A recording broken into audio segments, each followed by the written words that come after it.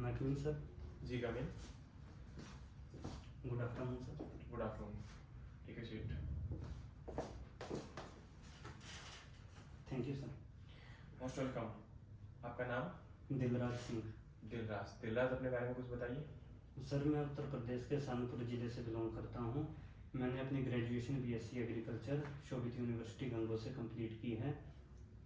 मेरे पिताजी marginal farmer हैं और साथ में गुरुद्वारे में हेड ग्रंथी की सेवा निभाते हैं। मेरी मदर होम मेकर हैं सर। सर जो मेरा एक्सपीरियंस है, मैंने 2 साल plus as a manager post Krishi Rasayan group में काम किया है। ओके। आपकी स्ट्रेंथ? सर मेरी स्ट्रेंथ ये है कि मैं काफ़ी पंक्चुअल हूँ। किसी भी काम को मैं समय पर कंप्लीट करने में विश्वास करता हूँ और कोशिश करता हूँ कि कोई भी काम समय पे ख़त्म हो जाए। दूसरा सर, मैं चीज़ों को नॉर्मलाइज करने में बहुत विश्वास करता हूँ। चाहे कोई फैमिली रिलेशन हो, फ्रेंडशिप रिलेशन हो, किसी भी चीज़ों को डेटोरेट होने से बचाने के लिए काफ़ी कुछ सह सकता हूँ। ठीक है। अच्छा ये बताइए कि आपका जो कंपनी का एक्सपीरियंस है वो बैंक में कैसे रेलेवेंट होगा, कैसे आपको हेल्प करेगा? सर मैंने रूरल एरिया में ही काम किया है। पेस्टिसाइड की कंपनी थी बेसिकली, जिसके काफ़ी वाइड रेंज प्रोडक्ट थी। पशुओं के लिए फीड भी अवेलेबल थी, फार्म इक्विपमेंट भी थे। और सर मैंने मेनली रिटेल सेगमेंट में काम किया है, मालवा एरिया पंजाब में। तो मेरा जो वर्क था, मैनेजमेंट देखना था, जिसके चलते कि जो मार्केट में क्या सिनेरियो चल रहा है, किस क्रॉप की ज़्यादा स्विंग होएगी, कौन सी वैरायटी का ज़्यादा प्रचलन होगा, या वेदर बेस कौन सी क्रॉप ज़्यादा लगाएंगे वहाँ पे, नेचुरल फिनोमेना को देखते हुए। तो उसके अकॉर्डिंग हम इंडेंट तैयार करते थे। तो कंपनी से वो मटेरियल मंगवाते थे जितना कि हम प्रॉपर टाइम में लिक्विडेट कर सकें, जिससे कि एक्सपायरी ना हो। दूसरा सर, फसल सीजन में हम क्या करते थे, लार्ज फार्मर मीटिंग्स ऑर्गेनाइज करवाते थे, या फिर अर्ली मॉर्निंग सुबह जैसे मंडियों में, सब्जी मंडी में, वहाँ पे मीटिंग्स ऑर्गेनाइज करवाते थे। तो मुझे लगता है कि मैं रूरल इकोनॉमी को काफ़ी अच्छे से रिलेट कर पाता हूँ और फार्मर से काफ़ी अच्छे से मैं कन्वर्जेशन भी कर पाता हूँ सर। ठीक है। आप सहारनपुर यूपी से हैं। जी सर। तो यूपी में जो गवर्नमेंट है वो भी किसानों को लेकर कौन कौन सी स्कीम को प्रमोट कर रही है? सर नंद बाबा मिल्क मिशन अभी लॉन्च किया है गवर्नमेंट ने, जिसके लिए 1000 करोड़ का बजट भी एलोकेट किया है। जी।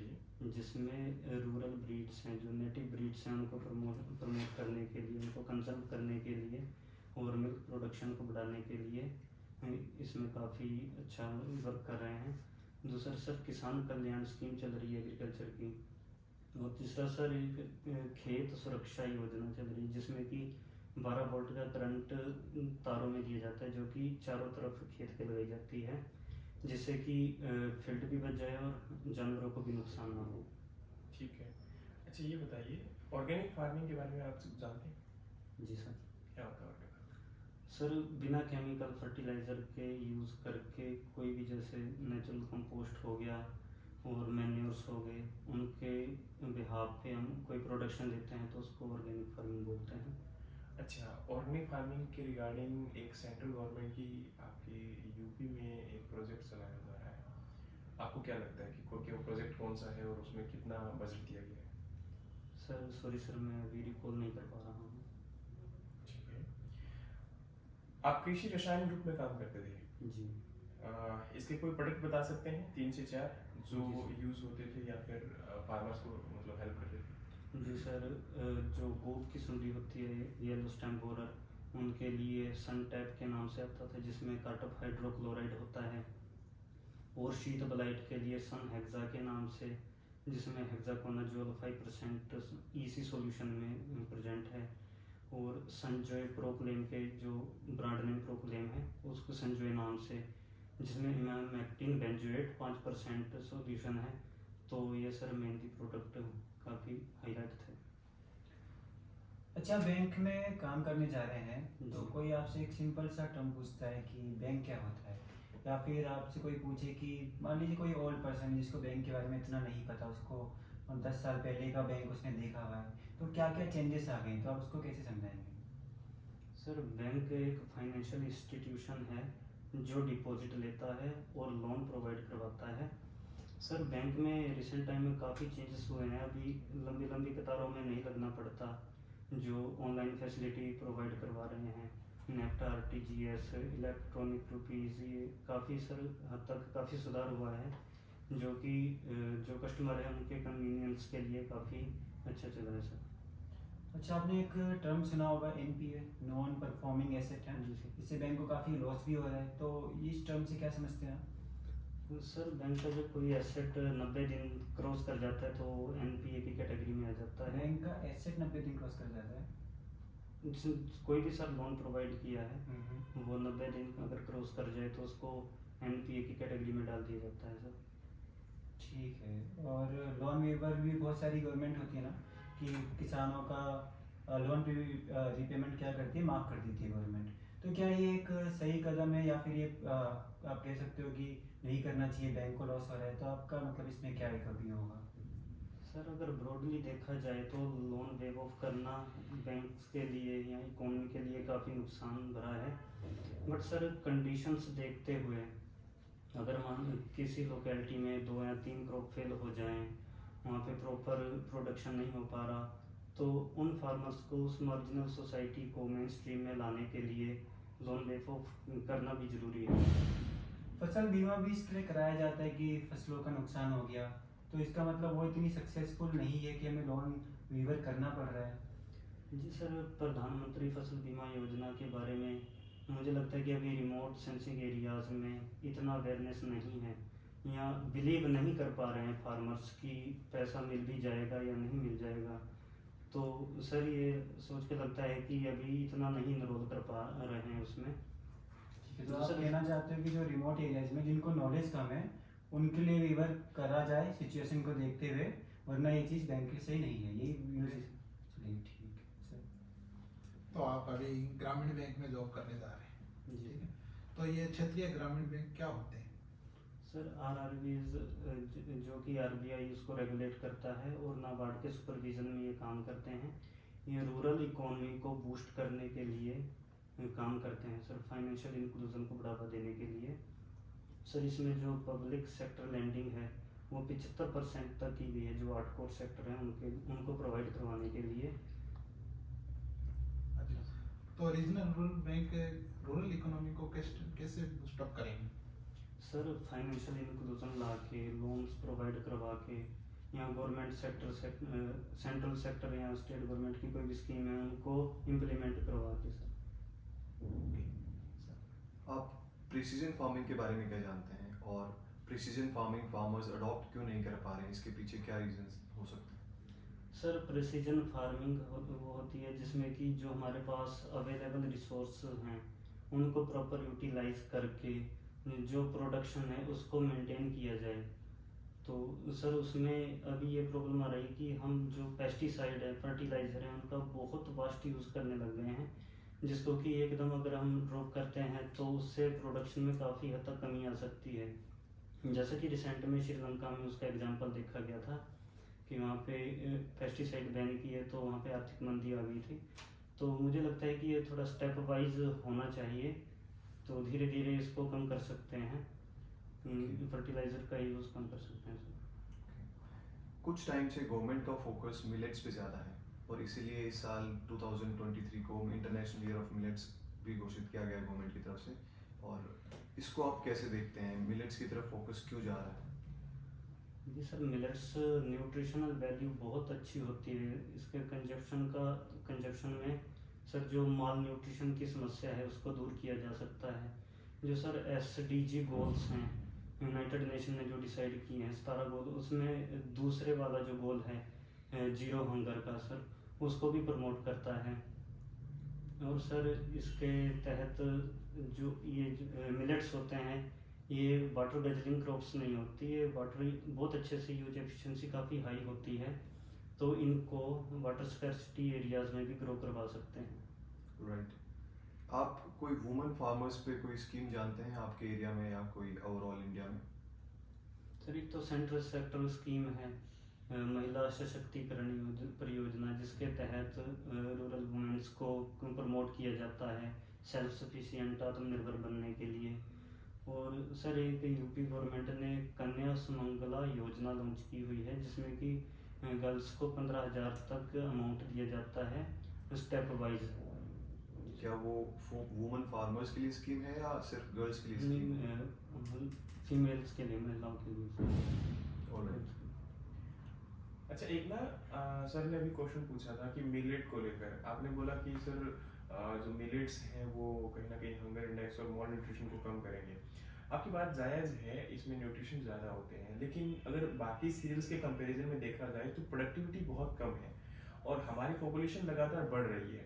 तो उसको देखते हुए फूड सिक्योरिटी में आपको नहीं लगता कि आने वाले टाइम में प्रॉब्लम आ सकती है, क्योंकि इनकी जो प्रोडक्टिविटी होती है वो अमंग द अदर सीरियल्स काफ़ी कम होती है?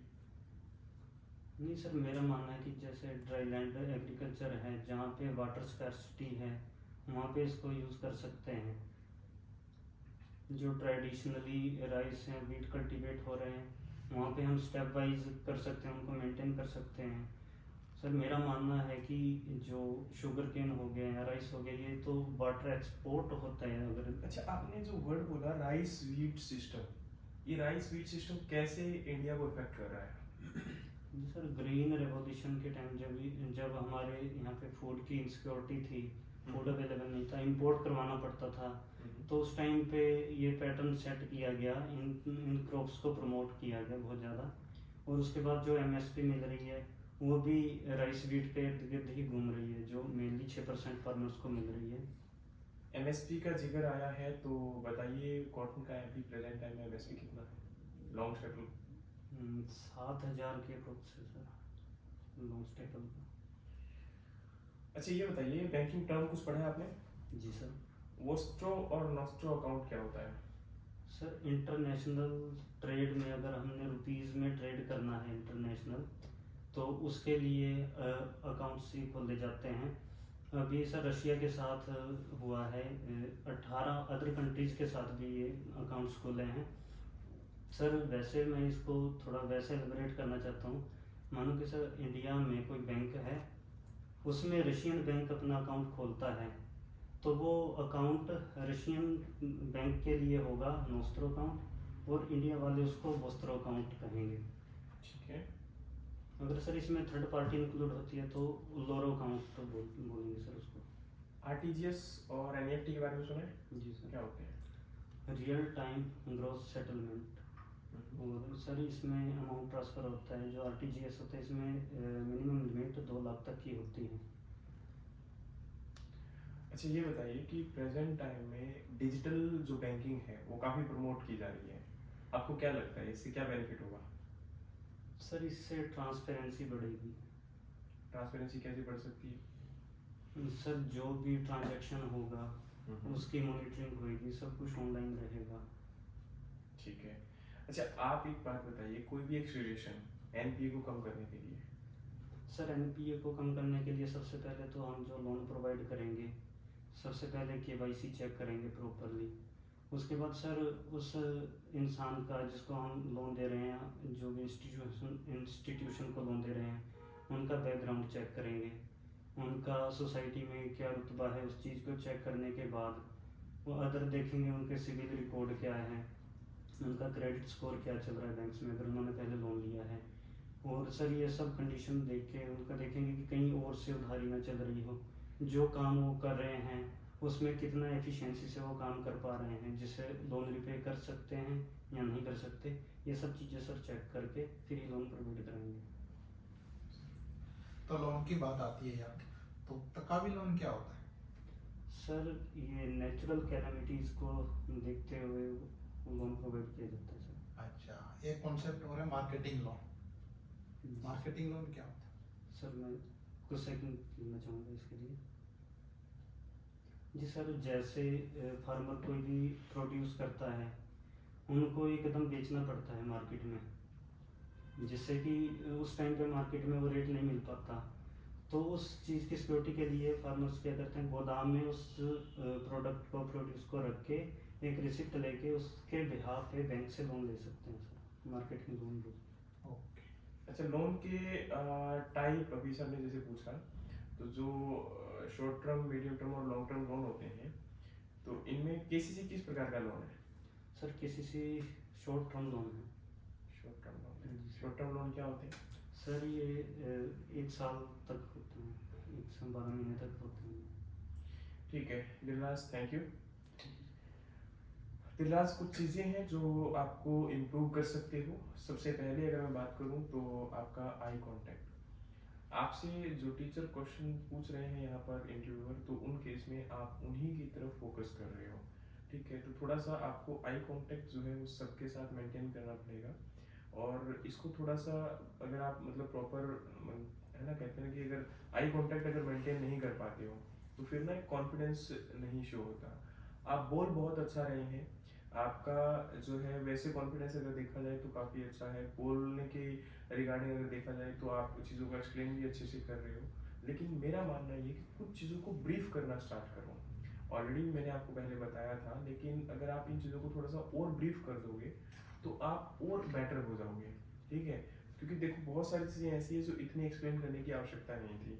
जैसे एग्जाम्पल के तौर पे आपसे पूछा गया था प्रिसीजन फार्मिंग के बारे में, आपने श्रीलंका का ऑर्गेनिक फार्मिंग का जो पार्ट था उसको वहाँ पर ऐड कर दिया।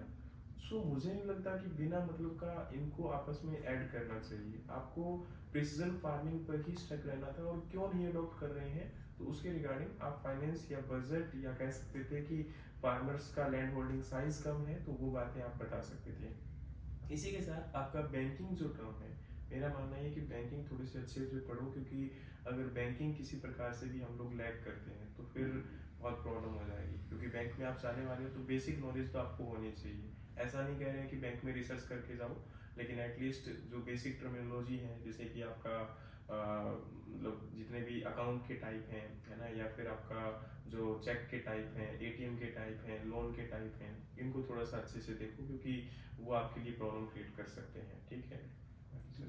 हाँ, तो बैंकिंग के केस में एक चीज़ मैं और बताना चाहूँगा, सर की बात आगे बढ़ा रहा हूँ कि बैंकिंग में एग्रीकल्चर से एग्रीकल्चर से रिलेटेड जो चीज़ें हैं बैंकिंग में, उस पर भी थोड़ा सा फोकस करवा। हाँ, एक जैसे ये आपने खसरा, खतौनी, जो है मॉर्टगेज, इनके बारे में सुना होगा ये चीज़ें।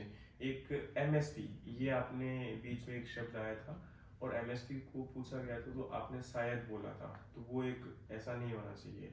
दूसरा, आप जो है लगातार हैंड्स को ऊपर नीचे कर रहे हो, ठीक है, प्रॉपर जो है एक जगह पे है ना, क्योंकि अगर थोड़ा सा मैं मानूंगा कि पीछे अगर हाथ को ले जाओगे तो अगर हाँ यहाँ पर अगर आपके हैं बहुत अच्छा रहेगा, ठीक है। अभी और पहले के कंपैरिजन में अगर आप थोड़ा सा, तो बहुत माइन्यूट डिफरेंस है लेकिन थोड़ा सा अच्छा लगता है वो चीज़, ठीक है।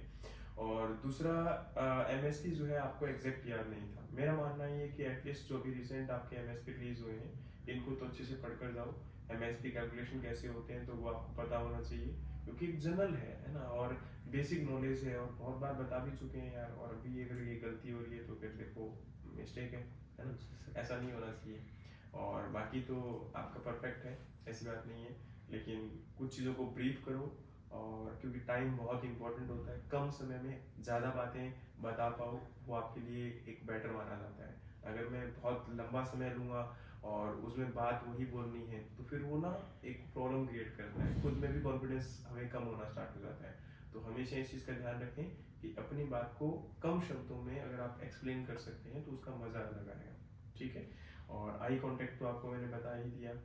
एक आपका और क्वेश्चन था, हाँ, जैसे रूरल इकोनॉमी की बात हो रही थी, मुझे मैं भूल गया हूँ कि बात क्या चल रही थी, लेकिन एटलीस्ट आपको रूरल इकोनॉमी के बारे में, रूरल इकोनॉमी के रिगार्डिंग टर्म्स है ना, मैं माइंड से स्किप हो रहा हूँ कि क्या आपको एक्चुअली बताना था, लेकिन ये थोड़ा सा आपको पता होना चाहिए। फाइनेंशियल इंक्लूजन क्या है, ये सब चीज़ें, ठीक है। तो ये उम्मीद करता हूँ कि आपको समझ में आएगा, ठीक है। Thank you.